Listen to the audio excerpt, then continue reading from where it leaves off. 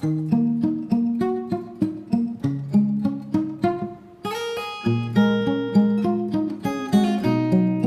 girl.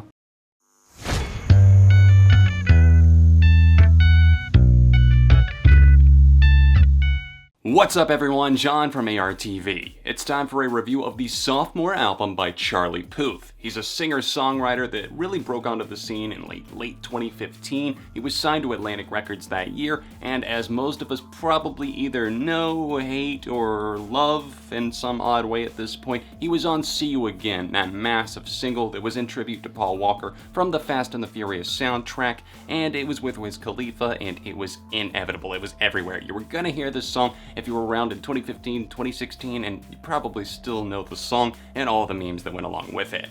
Charlie Puth's debut single, though, was Marvin Gaye, and that was a track with Meghan Trainor, and if you know anything about this channel, we're not exactly a Meghan Trainor fan account by any means. Then we teamed up with Spectrum Pulse to review 9-track Mind, which was his debut album featuring Marvin Gaye, See You Again, and other very pesky songs like We Don't Talk Anymore, and we gave that album a proper thrashing. Now, this new record, Voicenotes, is something that I can respect a whole lot more than 9-track Mind, because that one truly was the definition of being quickly assembled because he got a hit in the form of See You Again, and they were like, oh, let's capitalize on that. And especially with Atlantic Records, they kinda have a track record for signing lots of memes and viral stars, so they wanted that album ready pretty quick. Now with Voicenotes, it did get a couple of delays, but I can respect the delay because Charlie genuinely seemed like he was wanting to take his time to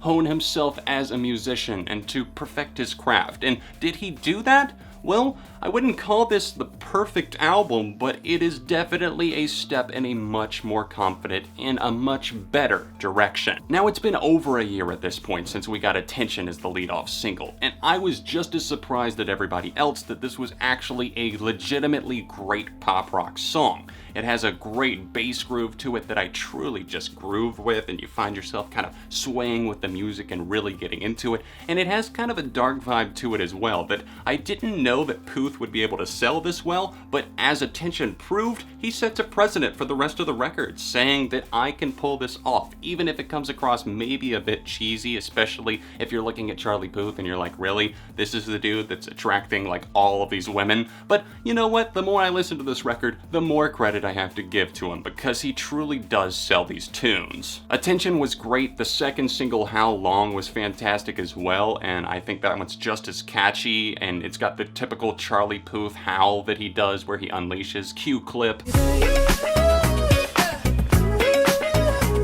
In fact, he does that on the majority of the songs here. That's almost his trademark at this point. He really just kind of croons with those notes, and I think a lot of people mistakenly take Puth's voice for constantly having tons of auto-tune placed on it, because that was the case in the early days back when he was on YouTube and that sort of thing, and it does still feel processed in a way, but as he gets older, the more stuff he actually releases, the more I can actually see it as being just his natural voice, and the way that he comes across on some of these tunes like Attention, How Long, even the Boyz II Men featured track If You Leave Me Now, which is entirely a cappella, you can see that he actually does have a good voice. Some of these moments are cheesier than others. The opening song, The Way I Am, is a little bit out there for me in the sense that the lyrical content just puts a smile on my face, and probably not in the right ways. I do love the instrumentation on this one. The stop and start guitar is really cool, and I do get what he's saying about not wanting to be this super famous person and he's just looking for a spot to hide,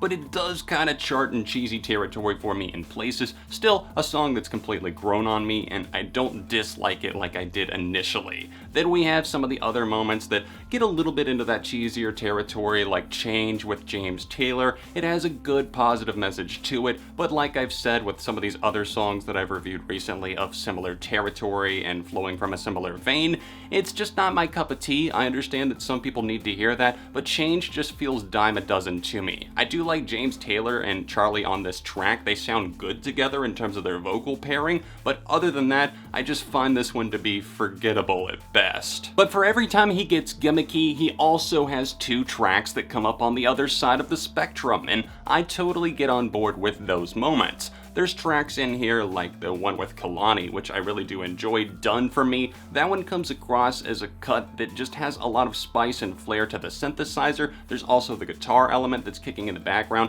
and some bass that reminds you of funk, and just the whole movement of that track. It's a great energy, and it seems to be about two lovers that are talking about, what am I doing for you? What have you done for me? Is this relationship truly a two-way street? And I like the narrative that's going on there, especially when Kehlani comes in, starts kind of singing about like how, you made me delete all of the contacts in my life, I had to phase other people out, and what are you doing for me exactly again? Despite perhaps being a little bit unbelievable, I do like this song Slow It Down as a whole. Puth is kind of painted as this Casanova type guy that's with some girl that really wants him apparently, and he's just not all about it, and he's like, girl, don't make me fall for you, and he's like, the faster I try to leave, the faster she's taking off her clothes, and I'm like, okay, that's the part where it gets maybe a little bit unbelievable for me, because Charlie Puth, really, this big player? I don't know about that, but musically, I have to throw all of those other preconceived notions out the window because it's really just fire through and through. There's actually a couple of songs here that some might mistakenly take for a cover because No, Somebody Told Me is not a Killers cover and LA Girls is not a Weezer cover. But despite that, they still are great songs. Let's start with Somebody Told Me, which falls maybe a little bit more into almost a power ballad type territory because he's just kind of putting his heart out there. It's more emotional in the sense that he feels he's being cheated on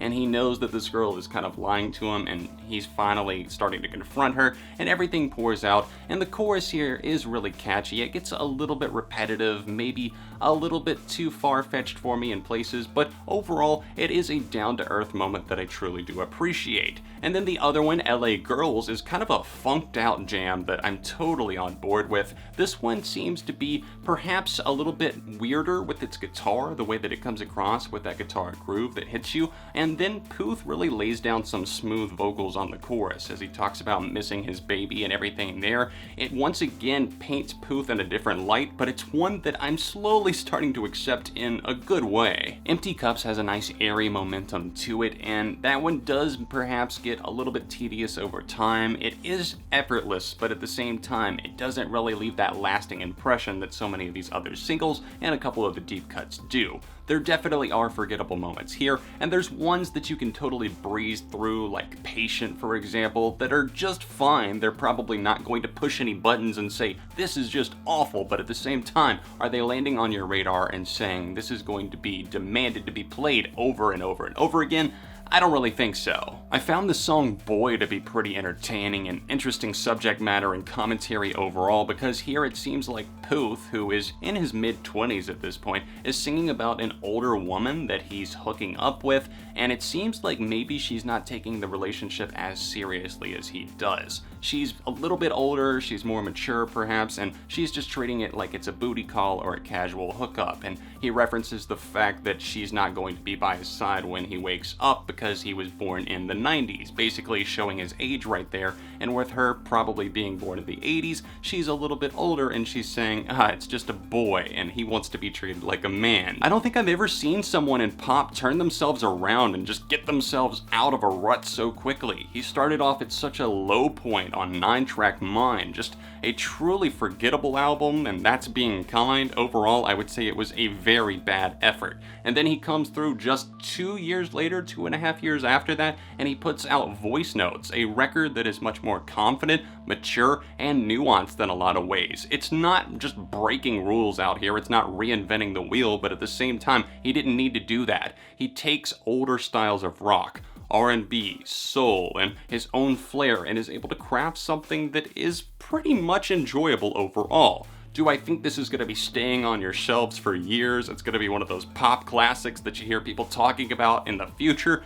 I don't know about all that. There's always pop albums that are considered classics that I disagree with, so it could happen in the future, but I do feel like this is a vast improvement, and that is such a ray of light in my life because I didn't want to just come back to him and be like, oh god, I liked this guy on YouTube back in the day, but he's putting out crap now. But this is actually something I can get behind. It's not amazing, it's not awful, but like I said, a big improvement generally all around. You can see my favorite and least favorite tracks in the description down below. below, along with the link to stream this new album. What do you guys think? Sound off in the comment section down below. Me personally, I'm gonna give this a strong 3 out of 5. That could potentially be upgraded to a 3.5 out of 5 over time, but for now, I think I'm confident in landing on a 3. Let me know what you guys think, and don't forget to drop a like on the video while you're here. By the time you're watching this review, my girlfriend has graduated from college, so please send your regards in the comment section down below. Say congratulations, Hannah, because she has finally graduated after 4